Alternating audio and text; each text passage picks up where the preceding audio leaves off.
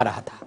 रोज हम डिबेट में आते थे तो क्या होता था, संबित जी हर विषय को आप लोग हिंदू मुसलमान कर देते हैं, ये कैसे होगा, ये आप चुनाव के लिए कर रहे हैं, ये उचित नहीं है, ये ठीक राजनीति नहीं है। और जिस दिन हम प्रचंड बहुमत के साथ चुनाव जीतते हैं उस दिन सारे हमारे एंकर मित्र कहते हैं ये जो जीत का फॉर्मूला है ये कमाल का है, आप देखिए ये सारे राज्य जीत गए।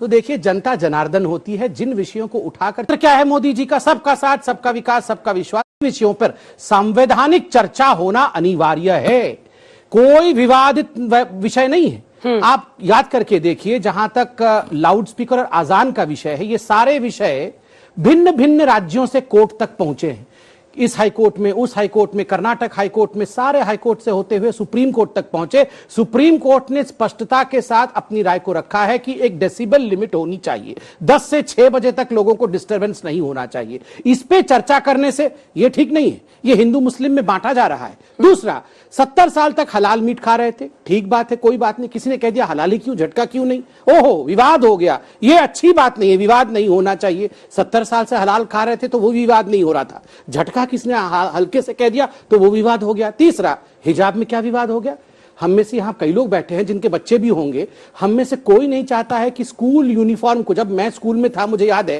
वो कैनवस शूज पहनना पड़ता था सैटरडे के दिन, अगर कैनवस शूज सफेद पूरा सफेद ना हो तो फाइन पड़ती थी, बाहर जाके पीटी एक्स्ट्रा करना पड़ता था, फाइन लगता था। School uniform was that important. अगर स्कूल यूनिफॉर्म को लेकर कर्नाटक के हाईकोर्ट ने कुछ राय रखा, उसमें कुछ फरमान सुनाई, कोर्ट के जज को आज सुरक्षा देना पड़ रहा है क्योंकि उनकी जान को खतरा है। क्यों? इस देश में, संविधान से चलने वाले देश में, न्यायमूर्ति अगर न्याय करता है, कहता है कि स्कूल के यूनिफॉर्म में हिजाब नहीं पहना जा सकता, उसके बाद उनकी जान को खतरा रहेगा। ये देश कहां जा रहा है ये मैं पूछ रहा हूं।